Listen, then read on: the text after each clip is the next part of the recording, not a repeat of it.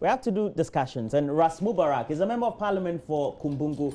He is in the studio alongside Frank and Dompreh. And Dompreh is a member of parliament for Nsawam Adwedri. Senior, how are you? Pleasure always be with you. Great. And Ras? Roland, it's good to see you. Good to see you too. Good morning. Okay. How's the initiation so far? Well, I mean, exciting. It's exciting. The people of Kumbungu have entrusted a lot of confidence in me.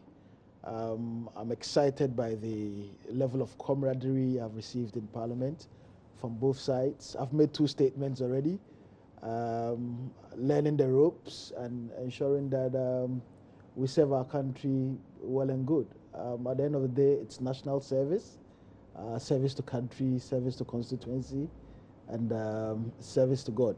But it's completely an entirely different institution, coming from the background of being Chief Executive Officer of the Youth Authority, where you basically took major decisions, and now having to learn through the whip system, you know. But it's very, very exciting, and I'm pretty much enjoying it.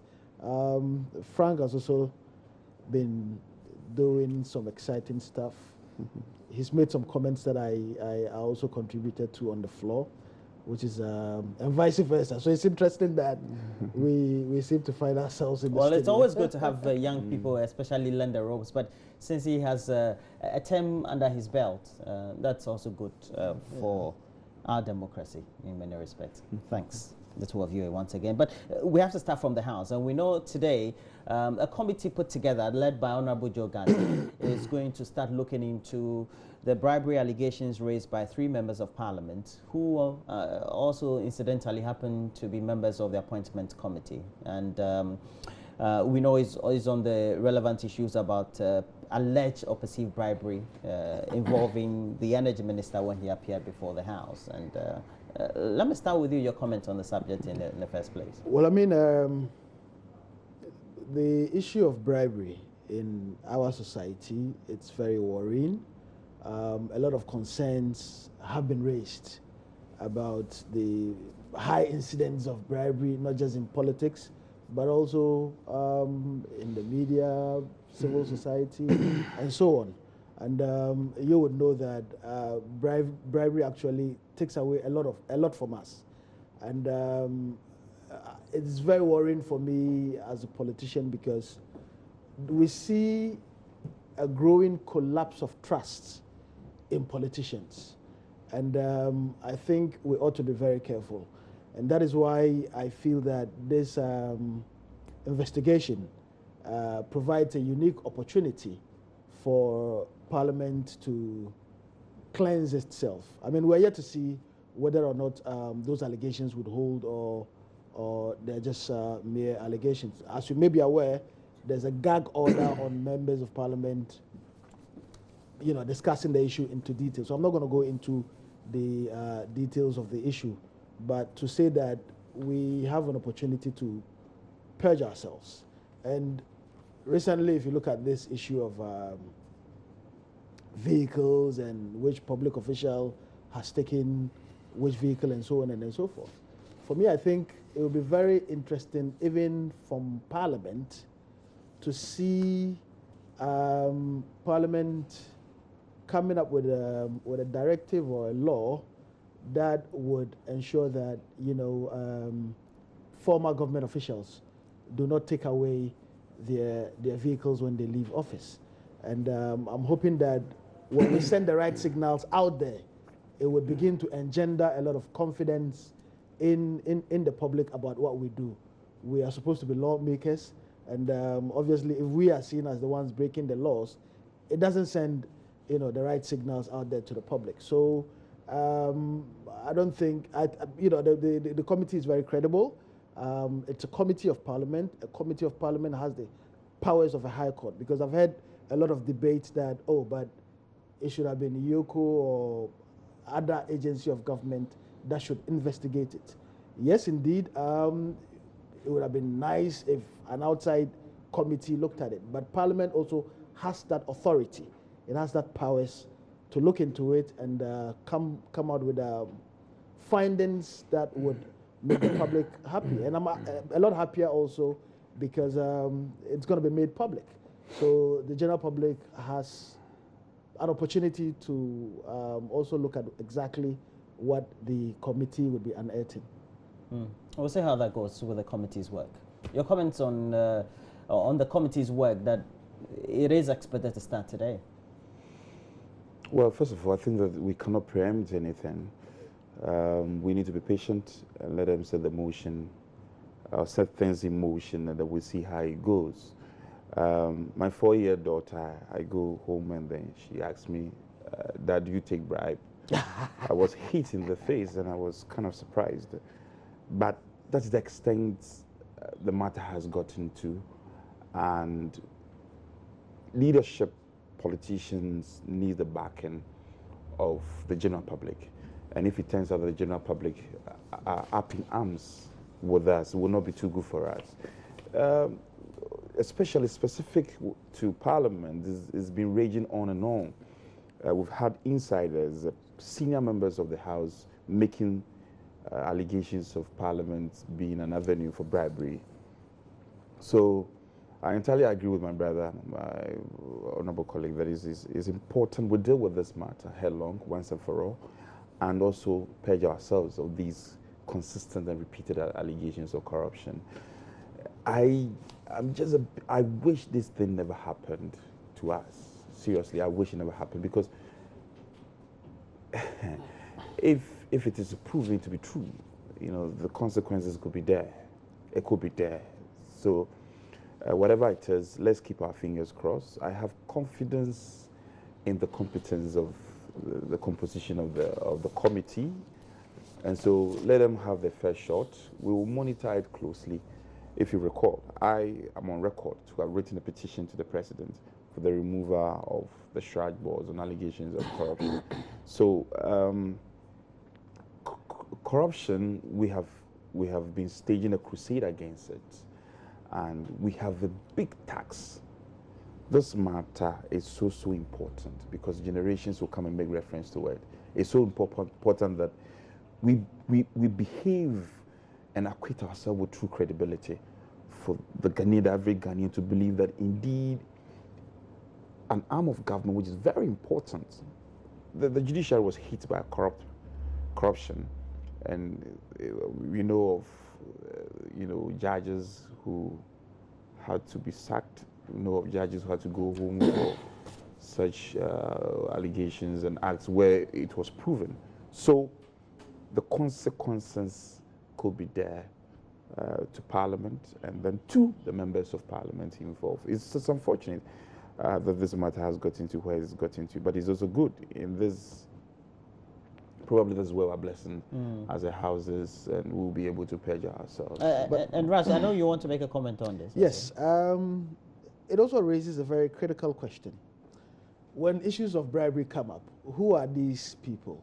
There are people who live in the neighborhoods, one of us, teachers, politicians, police officers, men and women. You understand what I mean?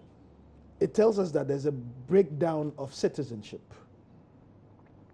And in order to be citizens again, we would have to go back to the basics.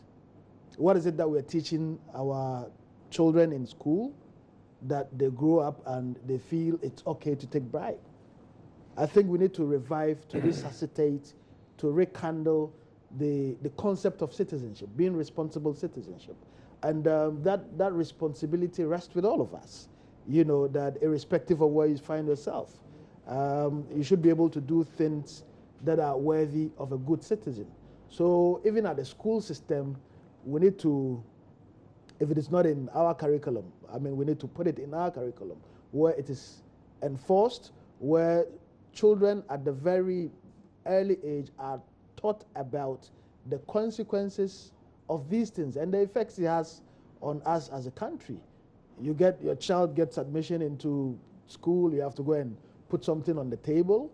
A police officer stops you, you have to part with something before he allows you to go. All of these things, if we learn them from the basics and they become a part of us, it will be very difficult to depart from these things. So for me, citizenship is very, very important. Yes, I entirely agree with him. And there's also a point to have to make is that, you know, yesterday in the House, one honourable member made a statement, also happenings on our highway where onion farmers bringing in their product have to be stopped.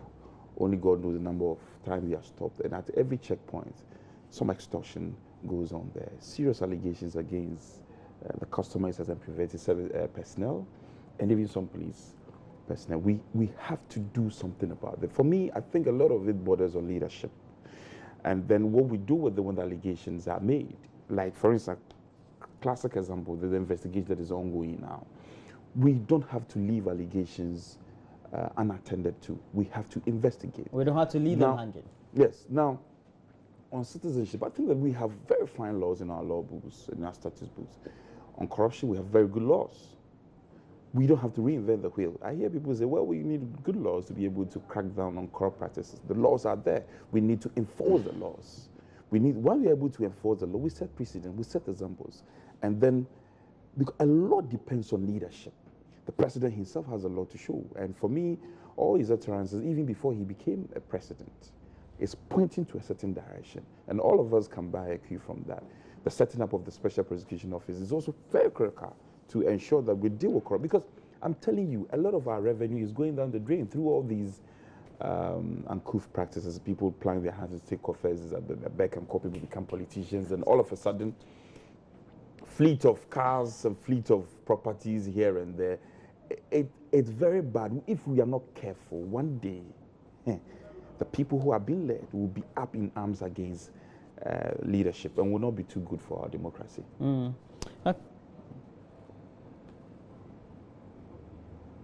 Okay, so we know that's the Council of State, where we've already had the president nominate 11 people onto the Council of State. We know how crucial the Council of State is, but more importantly, we know the elections will be coming through the electoral colleges, etc. And we've come to a point where there's been the argument about the relevance or not, but now we have it in place, the composition and the personalities who make up advising the president. I start with you. So. Yes. Well, it's statutory, it's in law. I don't have any problem with the body called the Council of State. People make the argument that, well, their impact, there have been issues about their impact. If you're positioned in such a manner that one can hardly make evaluation and judgment on your input into governance as a system, it's difficult for people to make that argument. I don't have a problem with the existence of the Council of State. I still think that we need the Council of State to be part of our body politics. And so the process is ongoing. We haven't had anything untoward. We need to support it. Citizens have to participate actively in it. It's a civic role. And let's ensure that we get people who can, we need to be aware of what they are going to do ultimately, and that we get people who have the capability to be able to do what they have to do. It shouldn't be necessarily partisan. If in an area you feel that somebody has the wherewithal and the ability to be able to do it, notwithstanding the great point that Frank is making, especially when we know that one of your own ET Mensa, we're told, is on the ticket of one of those electoral positions into the Council of State. Absolutely. I mean, I completely disagree with those who make the argument that the Council of State is a relic of the past. I completely disagree with them. I think that people who have served their country in diverse capacities still have a lot to contribute. And that is why, if you look at the Constitution, the Council of State itself is a constitutional creation. It specifies exactly who makes up the composition of the Council of State in Article 89 of our Constitution. So you have a retired Chief Justice, you have the President of House of Chiefs, and very, very senior citizens. I mean, these are people who have served their country well. Elsewhere, like you take the UK, for instance, they have the House of Lords. The House of Lords is made up of members of Parliament, civil servants who have graduated. Somebody has been MP for 30 years, 40 years. somebody has been a civil servant for 50 years. They still have a lot that they can advise the president on.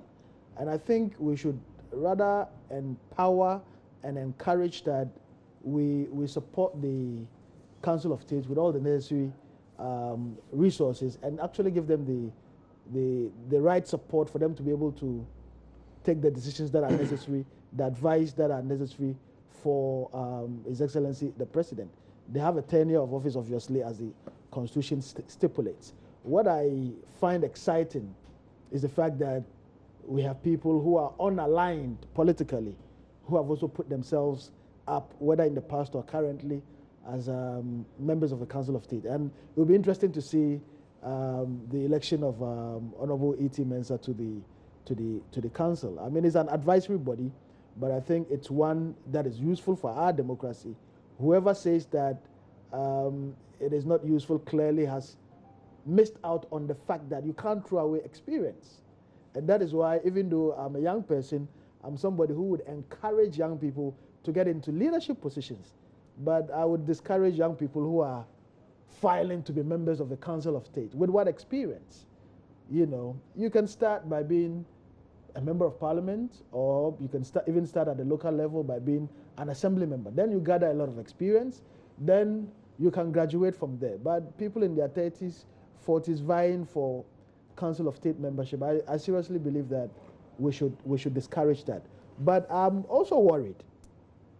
I'm worried because the release that came from the Office of the President quoted sections of the Constitution that are non-existent. There is no Article 82 2G in the Constitution of the Republic of Ghana. The article that talks about the Council of State is Article 89. You know, so your worry was that? So could have been a typo. No, or probably bumbling incompetence. Well, you know, it depends if you want to make politics out of it. Yeah. Not to make politics. You see, the seat of the Office of a President is serious business. There are people with a lot of political gravitas, people who are solid, lawyers, whether in the past or present, who are advising the president. In our administration, you had people like Raymond Atuguba and so on and so forth. Currently, you have Asante Bedietu as the secretary to the president.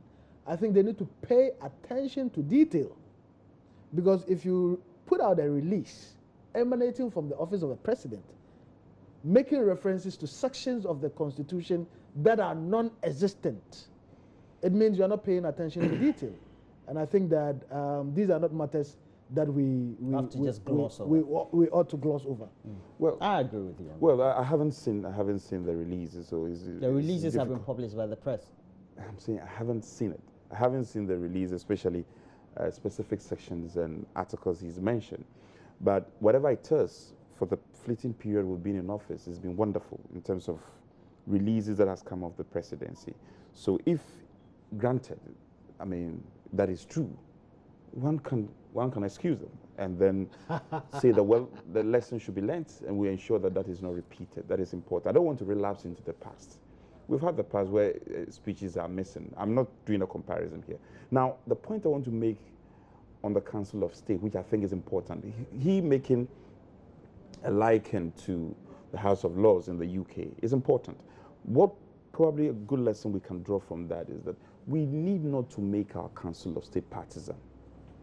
Do we necessarily make it, or by inference we tend to? Yes, we tend to take it or leave it. And then it shouldn't also be coterminous to the term of office of the presidency. We need to guard and protect institutional memory and keep that experience there. If it happens the president goes away, the Council of State also goes away. That is not good enough. In a true sense, it's supposed to be the Council of States. So the years of experience gathered will be preserved for the state. And so the linkage... Then you have a body of knowledge of people. Yes, the linkage of the term of office to the term of the presidency, I have issues with it, and I think that going forward and building our democracy, we need to look at it again. Yeah, right. It's an interesting issue he's raised, but what my good brother Frank forgets is that if you want to encourage permanent membership, then you would have to bring about election of all members of the Council of State. Well, not necessarily. Well, not necessarily election. It's about, you see, when we're able to... Because you see... You can appoint somebody who who could appeal to both sides of the political debate? Absolutely. 11 people are elected. And you've got about 11 people. Let me just refer to the Constitution quickly. One person who has previously held the office of Chief Justice, one person who has previously held the office of Chief of Defense Staff of the Armed Forces, one person who has previously held the office of Inspector General of Police, the President of the National House of Chiefs. So it's not overly partisan, which is good for us. And I am of the view that, it should be elevated to I get your point when you say it's not overly partisan, but on the face level it is. No, I mean, because for example, whoever appoints, every term has appointed somebody who is. Are you saying that who's an IGP who is partisan? Is that the argument? The Chief of Defense Staff, etc. Because I think we need to be very careful. These are professionals, and these are people who get a jump up. Well, these are professionals, but they are aligned professionals. You see, but it doesn't make them non-Ghanaian. How can we move the issue and speak on some other issues? Probably just a quick one on this. What I'm saying is that pricking interest. Let's begin to think outside the box and also do analysis of what has existed over the years. Are we having the best feedback from this? If not, we need to have a review. And I'm telling you, if you look into our Constitution very well, this important document has been existing for about 24 years plus. Okay? We have structural problems. I mean, you cannot tell me that the president appoints the CDS and the CDS will not do the bidding of the president. No. You cannot tell me that the president appoints the IGP.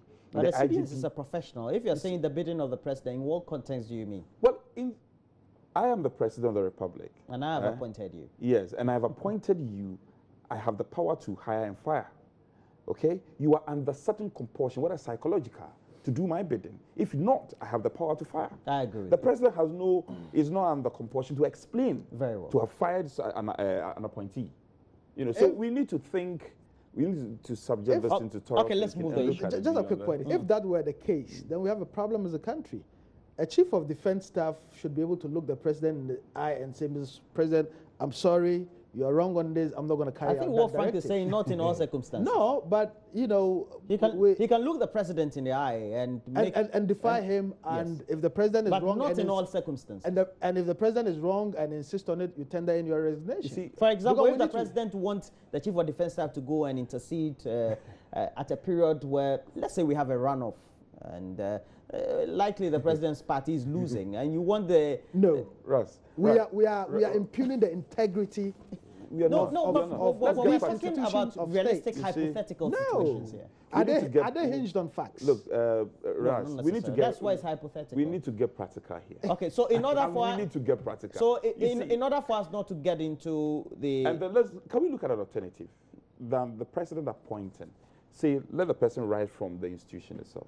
But they rise through the ranks. Well, but the IGP, you don't appoint the corporal as IGP. I agree with you. I agree with that. You go and there's an array of people competent enough, but the president appoints one. What informed the choice? Because all of them cannot be IGP at the same time. But something informed the choice of a particular meritorious comments there. But let's look at this. Over the weekend, the president announced that there will be, from the next academic year, for senior high schools, full implementation of free SHS, and outlined the line items, let's say on the report or perhaps the bill of what the student or the parent will pay.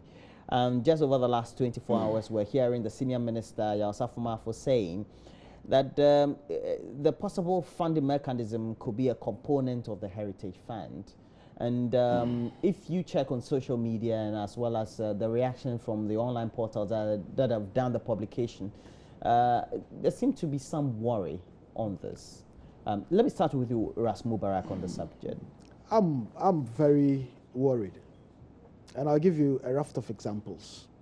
When the Minister for Energy, Honorable Ejaku, was going through vetting, he did indicate that we would have to create space in the energy sector by putting off our debt repayment in that sector. You put it off to how long? Say 10, 15, or 20 years. Come back to the Heritage Fund.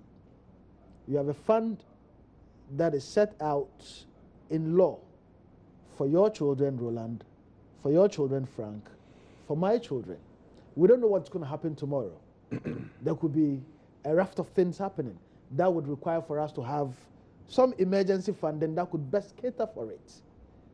And all we can think about is the comfort of today and use that fund to fix short-term problems without thinking about the ramifications for your children and my children. It's worrying. It's worrying when, you know, a government wants to create comfort today so that my children and your children, you know, pick up the tab or pick up the bill tomorrow. And for me, it is unsustainable. It is not the way to go. And also look at the fact that on the international oil markets, prices of crude has fluctuated or fluctuates every now and then. You know, there's currently, oil is at an all-time low. So what it means is that whatever oil we have, we are not even getting enough from our oil reserves. Now, if you're going to pick up the tab, if you're going to pick up the bill of free SHS using Heritage Fund, and what happens if, you know, prices of oil goes lower? It means you would have problems. You would have created problems in the sector. So I think there are a lot of policy incoherence that are happening at the moment, and I think they need to take their time, think through exactly. It doesn't have to be rushed. Yes, you have promised the good people of Ghana that you give them free SHS, but if the exigencies of the moment are not allowing you to do free SHS, put it off and think through how you can best get the money to pay for free HSS. But using Heritage Fund is dangerous for us. Putting off, you know, payment of bills that are supposed to be paid today so we can have the fiscal space is equally dangerous for your children and my children. And I think as a country, every nation that has prospered, we enjoy likening ourselves to the UK, the US, Canada, and so on and so forth. Japan, all of these countries have had to make sacrifices. Look at Norway. And you went to school in Norway. And I went to school in Norway. You went to school based on a replica of funding. Absolutely. On how our Heritage Fund was also structured. Our Heritage Fund was structured on the Norwegian model. And for about 30 or 40 years, they haven't even touched it because nobody knows tomorrow. And you could have natural disasters. Your economy can go bust as a result of the recklessness of people who are managing the economy. In such cases, how would you be able to sort out the problems that arise from your economy going bust or natural disasters that may occur? So it's disturbing, Roland, to say the least. Well, you see, views, everybody has these views. It is important for us to recognize that Ghana is a developing country. Almost 60 years now, we are where we are because we've not paid particular attention to certain critical areas of our economy. The first President Nkrumah, set the tone for our development. Free education started under his guise. It was moving on, we were doing very well, and what had to happen, happened. Now, if every nation that would develop needs human resource, critical, let's also get as a fact that the senior minister didn't say that the Heritage Fund was going to be the only source of funding. He actually said just a component of it. And he said possibly, he even said possibly. You read the text. Now, let's not, we are not, emphasis mine, under compulsion, or we are being informed by a manifesto promise and political promise, and therefore we are in a rush. We are not in a rush. Let me also correct an impression of policy incoherence. I don't get the incoherence. Where is the incoherence? In fact, we have said that we were going to implement free SHS. We never gave timelines. We never mentioned the true source of funding for that. We had our political opponents bashing us on that. We knew what we were doing. Now, This was just, I think, was just an interview, and he mentioned it in passing that that could be a possible Perhaps he's avenue. just, Now, he's just I'm just throwing the flying thing to a the kite. winds and see whether somebody will take the bait. Yes, Apparently, the reactions have been negative so It far. is not. It is not. If you have a cross section of the social media saying, expressing their views, it Even doesn't mean mainstream media. people have not run a survey on it to know what it is. People are also failing to appreciate the difficulties Ghanaians are going through. Come to my constituency. The number of people who come after us for school fees, the number of people who come after us for us to support them one way or the other, the number of people who come after us and we cannot do it because even the common fund cannot help. Look, let's not play the ostrich. There is a dire need that needs to be fulfilled. And nothing is going to discourage this administration of ensuring that we'll fulfill this need. We are not looking at Norwegian model or whatever.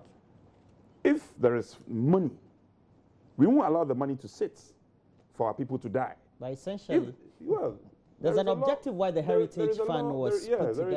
There is a law backing the Heritage Fund. We are all aware of it. But I'm telling you, the law was made for man. If for some very important reason we have to. We will not break laws. We don't break laws. We don't break laws. MPP, we don't break laws. We will amend them, go through the processes that we have to go through, and make sure that the laws become relevant in our time. I am fully for it. And I challenge you, multimedia, go onto the streets and run a survey and pick the views of Ghanaians on this free HSS and the fact that we are saying that we are going to use the heritage part of the Heritage Fund to fund it, and hear what the good people of this country will say. We have been given a mandate. We are not under any illusion. We are confident of what we are going to do. Focus. You're not saying the fact that you get in an ordinary cocoa farmer or somebody who is a laborer on the street doesn't have a better understanding of what structures and also the rationale for putting together a heritage fund of a petroleum industry of a country, and so gives a certain view, does not inform a government or informs the government as to whether its objective of using that fund should either be approved or not, or should be the right way or not. Is that not what you're saying? That thing about majority of the people. That is not necessarily not. Because the views of the majority could not always be the right one. Of course, I agree with you. I know. The question is, there a need? There is. How do we do it? Those who are saying that they disagree with us, don't forget, they themselves, they said it was not possible anyway. Don't forget. Our political opponents have said that it's not possible. Let them be patient and observe. But we want them to criticize objectively. If you are saying that we could not use part of the Heritage Fund, tell us which source will be much more credible and reliable. Tell us.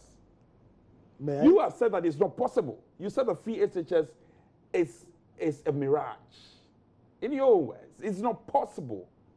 We are getting innovative ideas to prosecute this agenda. And then you said that, well, look at them. They are going for Heritage Fund.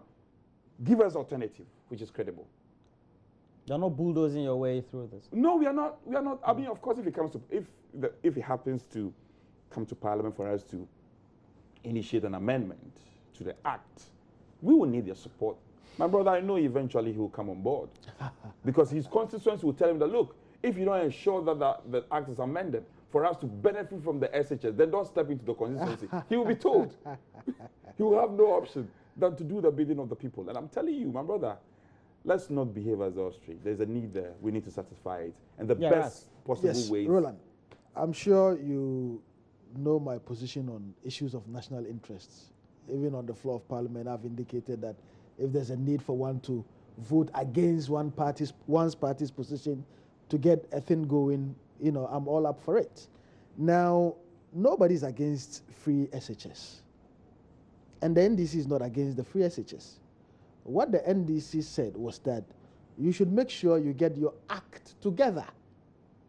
If you have, and before I even get there, we have a structural problem in this country. And I thought programs like this gave us an opportunity to encourage the culture of even saving. You have an account. You have an account, certainly. I'm sure you have some money sitting somewhere for, you know, a rainy day. Why do you put money aside? The British will call it a nest egg. You know, you understand what I'm saying? You have some money you put aside for a rainy day. And Heritage Fund is there for a rainy day. He's asked about how we can raise resources to fund free SHS. That is their idea. I thought they would have thought through it and come up to us. Because as citizens, we have a right to know. If you say you are an alternative government, and when they do present their budget, for instance, we will present an alternative budget. Oh, you will? Yes, we will.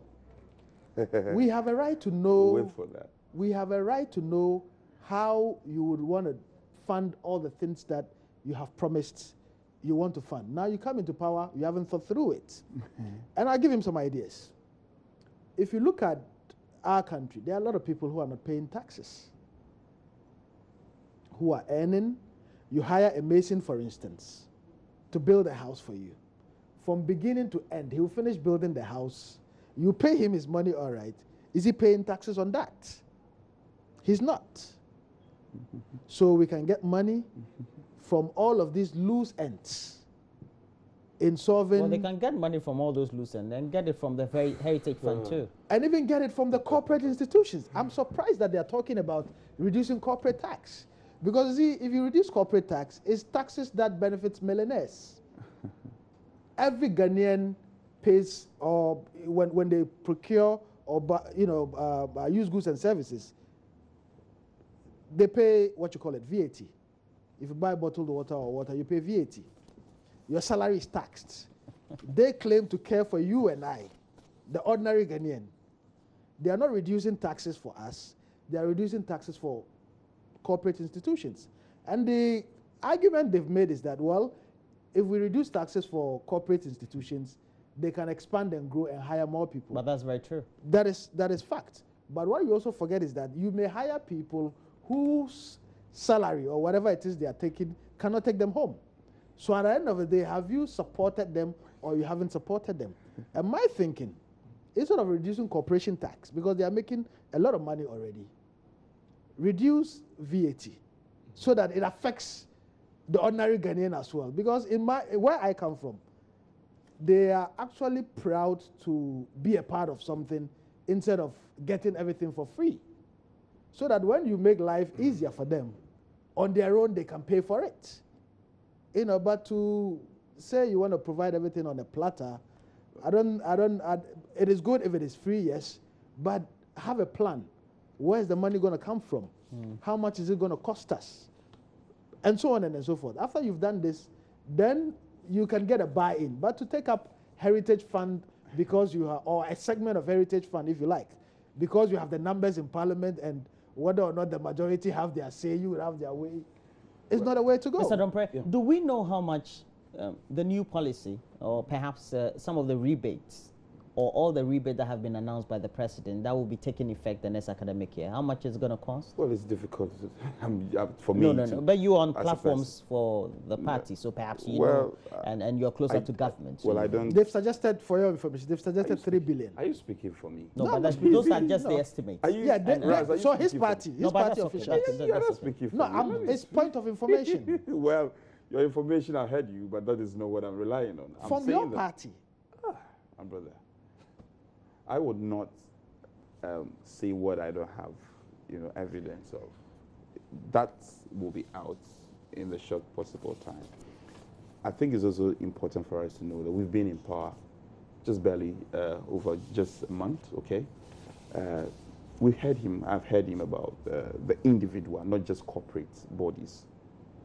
And he was humble to agree that when we reduce corporate taxation, the economic effects and the benefits could be massive. Now, we've also said, we're on record to have said that we're going to reduce VAT. Have you?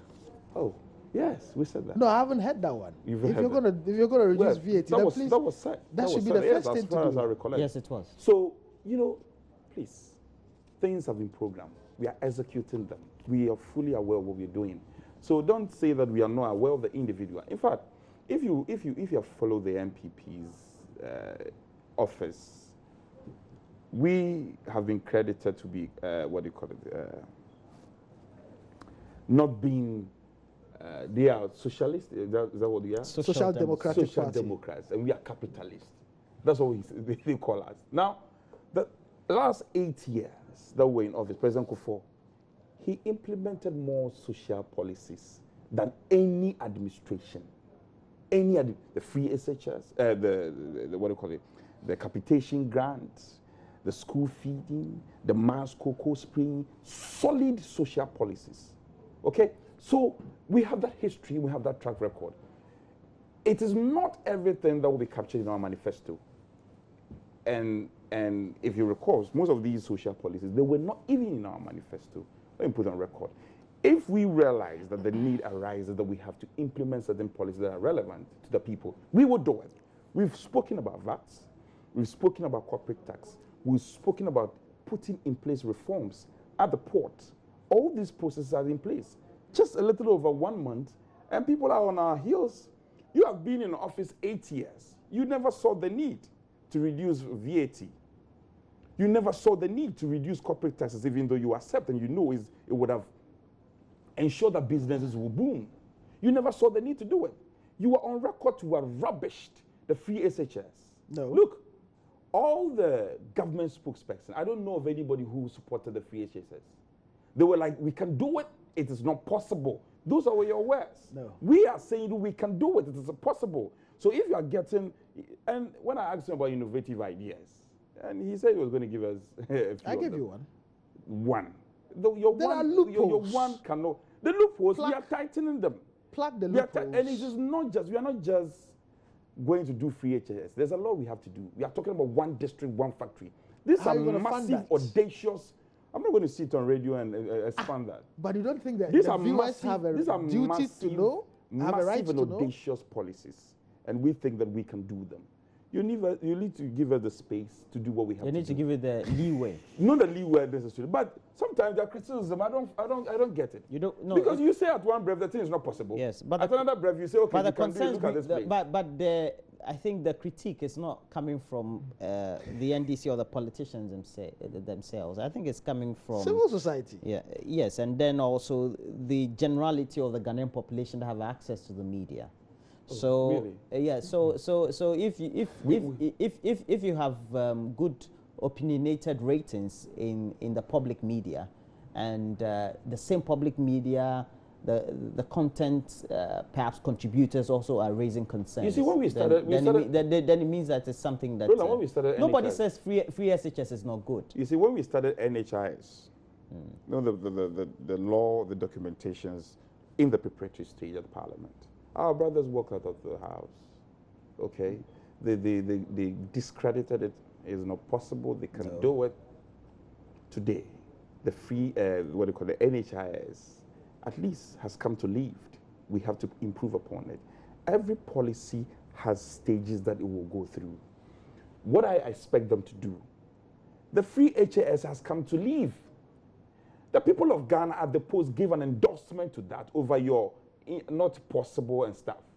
What you have to do is that let opposition behave responsibly. So they are not behaving responsibly. They are swimming under surf. My word. There's a bigger waters. They are swimming under surf. For me, I still haven't. You see, I think that the shock of the loss, they have still not recovered from the shock.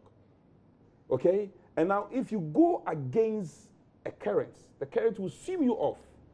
Because the people of Ghana has given an endorsement of free HAS. The least you can do is to provide ideas, complement it, support it to ensure they'll be that swept people off their benefit feet, from eh? it. Yes, if they're not careful. If they are not careful, the few seats they have in Parliament, they will lose it again. All right. Ghana risks a likely delay in the disbursement of funds from International Monetary Fund. Well, we're calling this story from majoronline.com, but it's from Senior Economist with the Economics Department of the University of Ghana. It's about now we're getting hints and announcements from government officials that they want to extend the IMF deal. And in the first place, we're told that we shouldn't have gone to the IMF by the first MPP. place. Yeah. So, Yes. So, but what the economics are saying that it could lead to freeing of the space, fiscal space. Absolutely. Yes, of course, but also a delay in the tranches that come in, and that could have effect on budgetary. You see, nobody wants to have budget overruns, but it is unplanned expenditures like free HSS. No, please. No. The record budgetary overrun No, we had in I'm Ghana coming, was, I'm coming. was in 2012. I'm coming. Yes, I'm coming. yes. That successively in every election year, and you can look at 2000, you can look at 2004. And since then, we've had overruns. You can look at 2004, 2013, we had under overruns. MPP, 2014, 2015, we had absolutely. So I'm just saying, it's not overruns are not synonymous with the NDC. Okay. Even in their tenure, we've had monumental overruns, but it happens when you have instances where you are planning for things, expenditures that are not in your budget, is not costed. We don't know how much it's going to cost. A member of parliament, Frank, is sitting here saying they wouldn't tell Ghanaians how much it's going to cost to do one dam, one factory, one district, one dam, one constituency. That is what you implied. Wow. You know.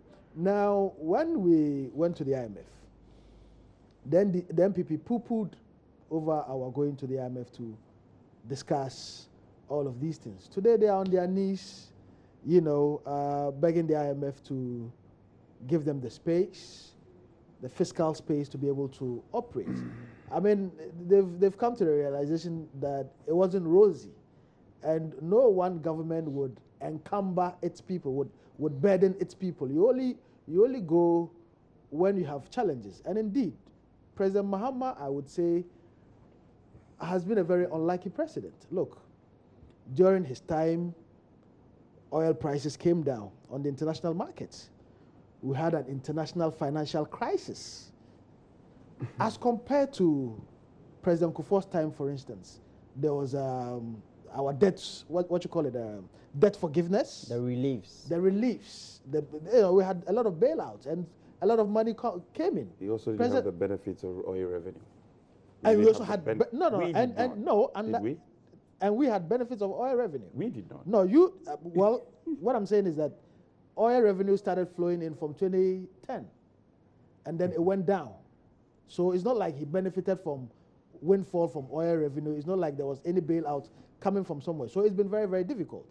And those were the circumstances that informed our going to the IMF. That look, you would need a little bit of fiscal space to be able to do the things that you want to do without overly putting a lot of pressure on the people. And that is what we did. And it's unfortunate they criticized it. Today, they are embracing the thing that we did, which is, well, good insofar as it is yielding dividends and benefits to the good people of Ghana. And I think they would now have realized that it is one thing being critical of government policies in opposition. It is another thing being faced with a reality. And it is good they are speaking to the IMF, because if they don't, and things continue the way they are, I can predict that by August, September, October, the economy will crash. Seriously. Really? Well, and that is why we need to take our time. That is You're why spelling doom already. I thought you were blaming the MPP during the election. You were spelling doom to them. No, I mean, this is not rumor mongering. This is not spelling doom. This is reality. You're not getting money from oil. Cocoa, not much is coming in. Same with gold. And you are reducing taxes. You are doing a lot of programs that would require for you to spend a lot of resources. Where are you going to get the money from? You're going to borrow. And you see, when we were borrowing, they criticized the NDC for having a penchant for borrowing. And the President Mahama aptly put it that, look, we're not borrowing because we want to chop the money, as he said, in our mouth, but we are borrowing to build infrastructure. And today, the infrastructure we have put in place would transcend generations. 20, 30, 40 years, we would still be yielding the benefits of the circle interchange. We would still be yielding, look at my constituency, the Kumbungu Road, Tamale to Kumbungu. For 60 years and over, that road had not seen coal tar. Today, that road is tarred. It eases trade. Taxis are coming in, even at night. The Dalon Road is being worked on, and I hope they would, once they've come in, they would pay the contractors so that they finish all of these projects. They said they would. We hope so. You have no problem. No, we hope so. Because we have also seen instances where they seem to be hounding, and this is from their past, where they seem to have hounded a lot of contractors, which have culminated into judgment debts, and for me, if that history is to repeat itself today, then we are in trouble, So I'm hoping that, I wish them well. As a Ghanaian, obviously, I would have to pray for the success of the NDC and MPP. I don't wish that they fail, but I hope they be honest with Ghanaians. If you're having any bottlenecks in dealing with the problems you're facing, please, just come back to the people and tell us that you're having challenges. You see, we have a history. You said no IMF. Now you want to extend it. No, we have a history of having an an interface with the IMF and having successfully weaned ourselves off the IMF. That is a record. You cannot discredit it. Now, I am not an economist, okay? But what is important in all these relationships is honesty. Not just to the IMF, to the Ghanaian who gave you the mandate. If you recall, when our brothers had opted for the IMF, there was no honesty in the initial stages. That is not true. There was no honesty. You have to go and check. We didn't tell you we were going to the IMF? They were just playing with words, semantics. No. Oh, you let me finish. They were playing semantics with us as to whether we have joined the IMF or not. Now, be it as it may, what is important to me as a Ghanaian, from where I'm sitting, is that the government is communicating to us. We are getting the information flow from interface that has gone on between the IMF at one hand and the government officials. At least we are getting the feedback. And we can see crystal clear the honesty, the transparency in terms of the relationship and exchange that is ongoing. That for me is important. Any ordinary government would have said that, well, because we spoke against the IMF, we will come rub shoulders and all that. We are engaging the IMF on a very positive level. And all of us should doff our care for this administration and support it. That is a humble admission that something is there that we have to do. Look, this country is for all of us. Ghana is for all of us. And he's saying the economy will do what? He's spelling doom. He just spelled doom for us. I've just said if you're not honest with the numbers, well, if you don't plan. I mean, Ras, if you don't plan. Let's put the politics aside. Fact be told, have we lied in terms of figures, in terms of the relationship with the IMF? We've been honest. Forthwith, we'll be honest. No. President Osafo for Ken and Co., they have not churned out any falsehood about their relationship with the IMF. What we need to do, you see, I agree with him. They indicated that they were going to sit down with the IMF. I agree with him when he says that we have audacious programs and there's a challenge of how we can rake in resources to be able to prosecute on all these programs. I agree with him, but I'm telling him that, first of all, one of our challenges was corruption.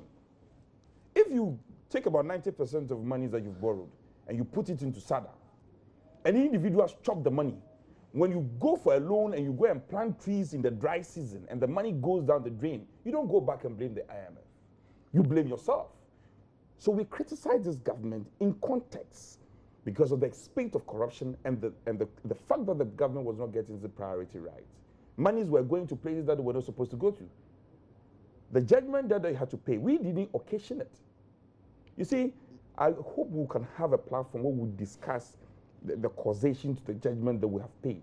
There were instances that government officials were negotiating with people to come for payment of judgment debt. So let's put this matter in context.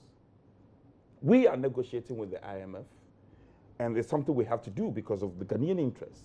We also have audacious programs, the free HHS, one district, one factory, and the likes. These are programs that you need revenue to be able to prosecute them. But I'm telling you that once you have credibility with the IMF, once the IMF can trust you, once the good people of Ghana can believe in transparency and see you prosecuting the truth, I'm telling you, credibility is very important in economics. Once that credibility is there, I'm telling you, we will be able to win ourselves from the IMF because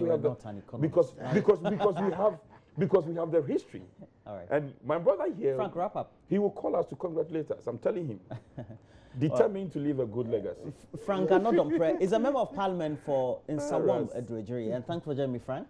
It was a pleasure. And also Ras Mubarak is member of Parliament for Kumbum. He is a big man. Ras, my pleasure.